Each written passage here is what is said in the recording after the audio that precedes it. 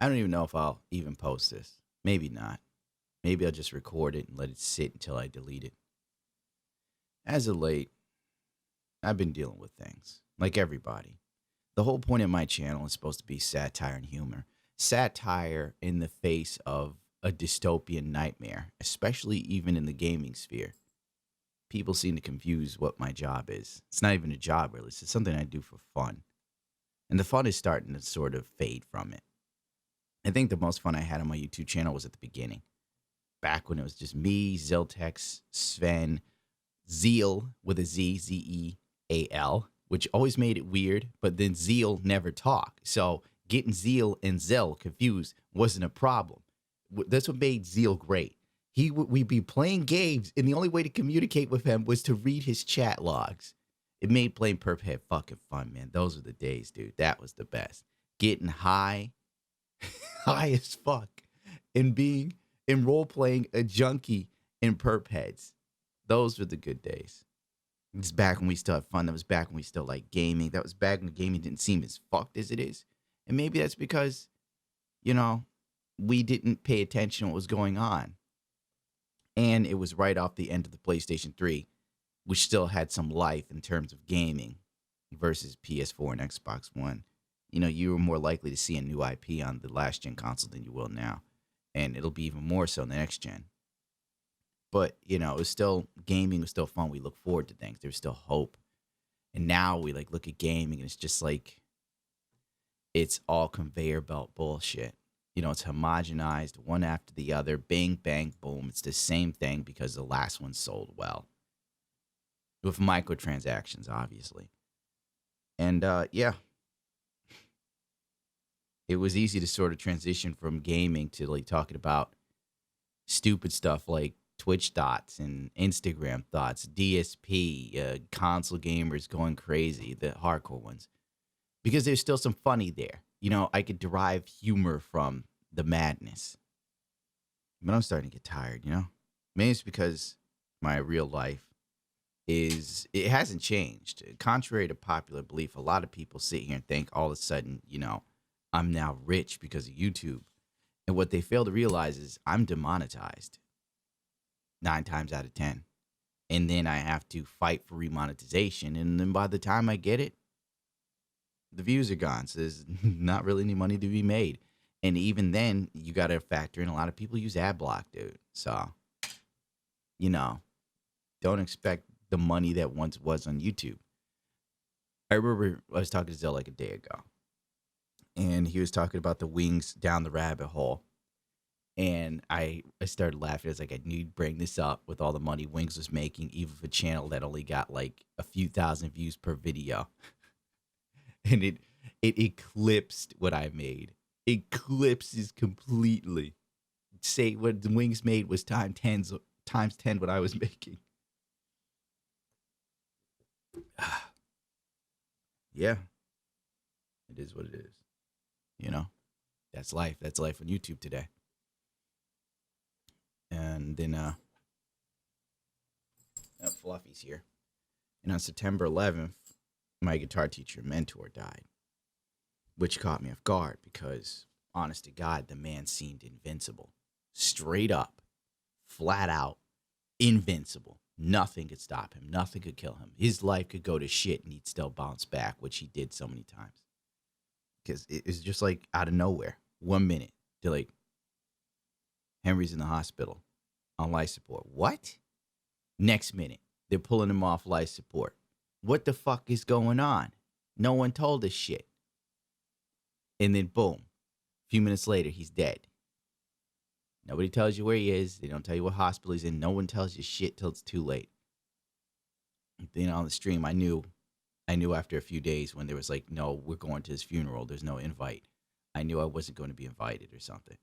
But I lived in denial about the whole thing. You know, I just sort of like, he's not dead. It's a mistake. They got the wrong person, sort of thing. You tell yourself that sort of shit. You know, you tell yourself wild ass fantasies because you got no choice.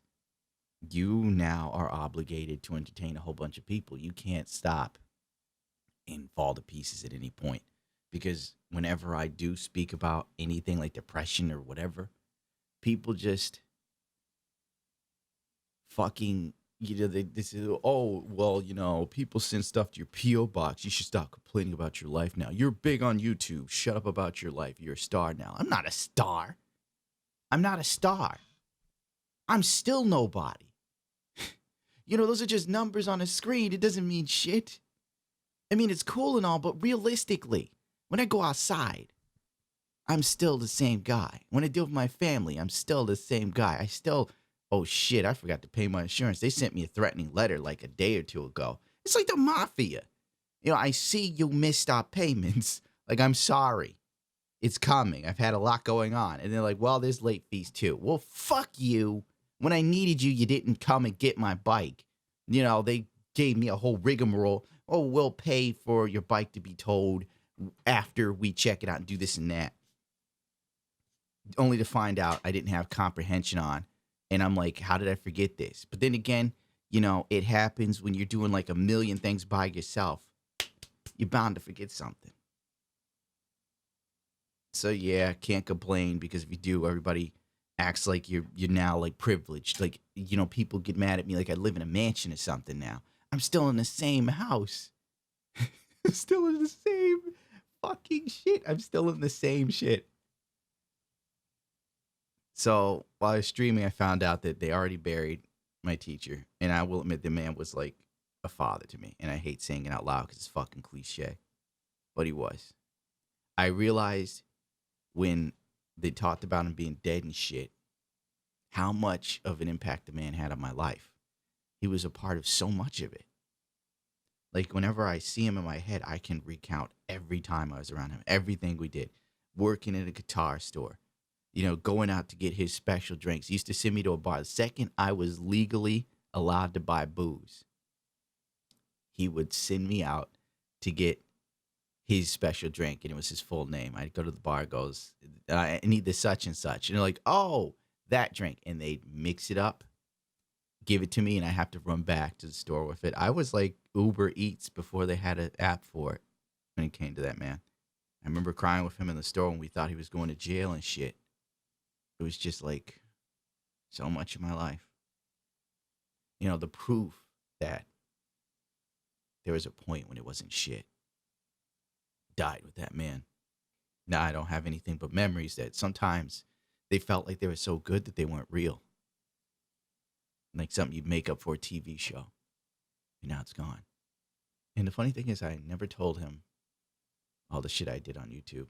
I never got a chance because I was still holding out hope that like this could turn into something, Like other YouTubers, they get fucking big enough. They buy like a big, nice house and these cars and all this other crap. I wanted to get to the point of where I could be like, look what I did, Henry. Look at this, man. Isn't it crazy, dude? I did it. I beat the curse of the area, dude. I did it. You believed in me and I did it. But I keep looking for the perfect moment for things, That's my biggest flaw. You want to know how to defeat me? Make a move. Because I'm always waiting for that perfect moment to strike on things. That perfect moment to tell that girl you love that you love her. Like in a movie or something. That perfect moment to tell, a family member, like, I've accomplished great things in spite of what the world has done to me. And then, you're waiting so long for that perfect moment, everything else passes you by. I became so obsessed with trying to beat YouTube at its own game that I lost track of everything real in my life. And it only hurts when I acknowledge it. It only hurts when I think about it. It only hurts when I look at it dead in the face and I allow myself to accept it rather than do what I've always done my whole life, which is set back, get up, and work around it, no matter how much it hurts. I remember Paz, back when she used to live with me, asking me how I dealt with the pain. How did I not feel the pain of life and all this other stuff? And I looked at her and I said, it's not that I don't feel pain. It's that I work through the pain. That's what can define you. Who you are at your worst moments. That's who you really are. Like when things really get you down, the person you turn into when all hope is lost is who you really are. Henry used to always say, lead by example.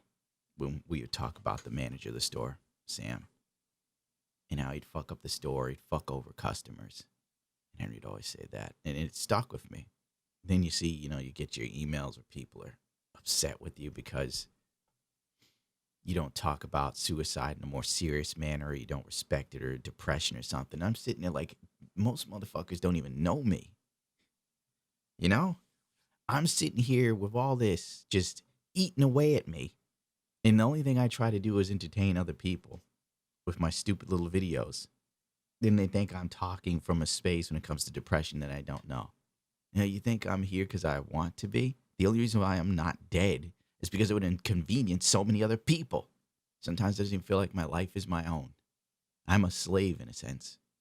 Maybe we all are. A slave to obligations. A slave to the system.